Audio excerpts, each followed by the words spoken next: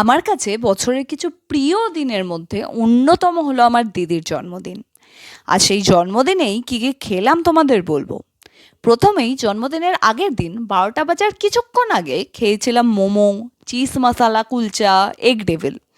দেন বাড়ির 12টা সেলিব্রেশনে ছিল অরুণ আইসক্রিমের আইসক্রিম কেক, আসমার 3 ধরনের কাবাব, রেশমি, হরিয়ালি আর টিক্কা, মাখা সন্দেশ, আমুল কুল আরও নানা ধরনের স্ন্যাক্স। রাতে মা তৈরি করেছিল একটা বিরিয়ানি, যেটার মধ্যে চিকেন মাটন দুটোই ছিল। পরের দিন মা সিমুইয়ের পায়েস করেছিল। দুপুরে আগের দিন রাতের বিরিয়ানি আর পায়েস খেয়েছিলাম। রাতে ডিনার করতে চলে গেছিলাম আরসালান। ওখানে গিয়ে অর্ডার করি মাটন বিরিয়ানি, তন্দুরি রুটি, মাটন মশালা, মাটন কোরমা আর ফিরনি।